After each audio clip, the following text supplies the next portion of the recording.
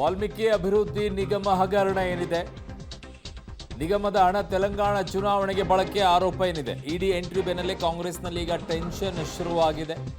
ತೆಲಂಗಾಣ ಚುನಾವಣೆಗೆ ಬಳಕೆ ಅನ್ನುವಂಥ ಸುಳಿವು ಸಿಕ್ಕರೆ ಬಹುದೊಡ್ಡ ಆತಂಕ ಈಗ ಅವರಿಗೆ. ಕಾಂಗ್ರೆಸ್ ಅನ್ನ ಮತ್ತಷ್ಟು ನಾಯಕರಿಗೆ ತನಿಖೆ ಬಿಸಿ ಸಾಧ್ಯತೆ ಇದೆ. ಕಾಂಗ್ರೆಸ್ನಲ್ಲಿರುವಂಥ ನಾಯಕರಿಗೆ ಕರ್ನಾಟಕ ಟು ತೆಲಂಗಾಣದವರೆಗೆ ಕೈ ನಾಯಕರ ವಿಚಾರಣೆ ನಡೆಯಲಿದೆ.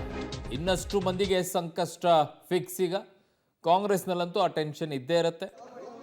ಕಾರಣ ಬೇರೆ ರಾಜ್ಯಗಳು ಇತ್ತು, ಬೇರೆ ರಾಜ್ಯಗಳು ಬಿಟ್ಬಿಟ್ಟು ಬರೀ ತೆಲಂಗಾಣಕ್ಕೆ ಹಣ ವರ್ಗಾವಣೆ ಯಾಕಾಗಿರೋದು, ಚುನಾವಣೆಗೋಸ್ಕರ ಹಣ ವರ್ಗಾವಣೆ ಆಗಿರೋದು ಅನ್ನುವಂಥದ್ದು ಬಹುದೊಡ್ಡದಾಗಿ ಸ್ಪಷ್ಟವಾಗಿ ಕಾಣಿಸ್ತಾ ಇದೆ ಅನ್ನೋ ಆರೋಪಗಳು ಕೇಳಿ ಬರ್ತಾ ಇದೆ. ಸೊ ಈ ದೃಶ್ಯಾವಳಿಗಳನ್ನು ನೋಡ್ತಾ ಇದ್ದೀರಾ. ಸೊ ಹರೀಶ್ನನ್ನ ಅರೆಸ್ಟ್ ಮಾಡ್ಕೊಂಡು ಕರ್ಕೊಂಡು ಹೋಗ್ತಾ ಇರುವಂತಹ ದೃಶ್ಯವನ್ನು ನಿಮಗೆ ತೋರಿಸ್ತಾ ಇದ್ದೀವಿ. ಇದು PA ಹರೀಶ್, ನಾಗೇಂದ್ರ ಅವರ PA ಹರೀಶ್ನನ್ನ ಅರೆಸ್ಟ್ ಮಾಡ್ಕೊಂಡು ಕರ್ಕೊಂಡು ಹೋಗ್ತಾ ಇರುವಂತಹ ನೇರ ದೃಶ್ಯಾವಳಿಗಳನ್ನು ನಿಮಗೆ ನಾವು ತೋರಿಸ್ತಾ ಇದ್ದೀವಿ.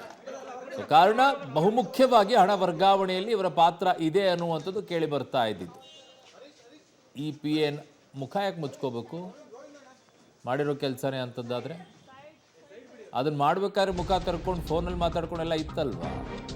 ಇಡೀ ಕಚೇರಿಗೆ ನಾಗೇಂದ್ರ ಆಪ್ತನನ್ನ ಈಗ SIT ಅವರು ಕರೆ ತಂದಿದ್ದಾರೆ. ಶಾಂತಿನಗರದಲ್ಲಿರುವಂಥ ಕಚೇರಿಗೆ ಈಗ ಕರ್ಕೊಂಡು ಬಂದಿದ್ದಾರೆ ಇಡಿ ಅವರು. ಹಣ ವರ್ಗಾವಣೆ ಆರೋಪದಲ್ಲಿ ಅರೆಸ್ಟ್ ಆಗಿದ್ದಾರೆ ಹರೀಶ್.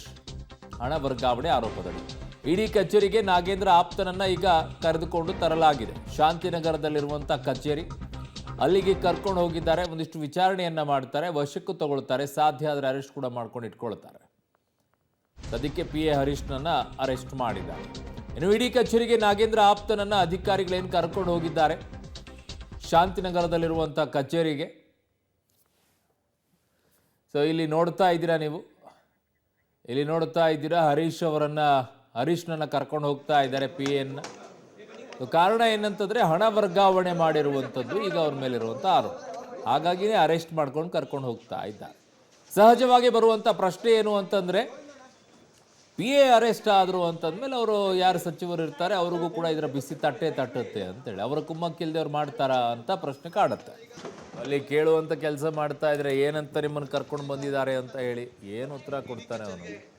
ಮಾಡೋ ಕೆಲಸಗಳು ಇಂಥವೆಲ್ಲ ಮಾಡಿ ಆದ ನಂತರ ಪಾಪ ಆ ಸಮುದಾಯದ ದುಡ್ಡನ್ನು ಕಲ್ಯಾಣಕ್ಕೋಸ್ಕರ ಬಳಕೆ ಮಾಡಬೇಕಾಗಿರುವಂಥ ದುಡ್ಡನ್ನು, ಅಲ್ಲಿರುವಂಥ ಜನರಿಗೆ ಅನುಕೂಲ ಆಗಬೇಕು ಅಂತ ಇಟ್ಟಂಥ ದುಡ್ಡನ್ನು ಇನ್ಯಾವುದಕ್ಕೂ ಬಳಕೆ ಮಾಡಿಕೊಂಡು, ನನಗನ್ಸುತ್ತೆ ಇವೆಲ್ಲ ಸಣ್ಣ ಮೀನುಗಳು ಅಂತ ಹೇಳಿ.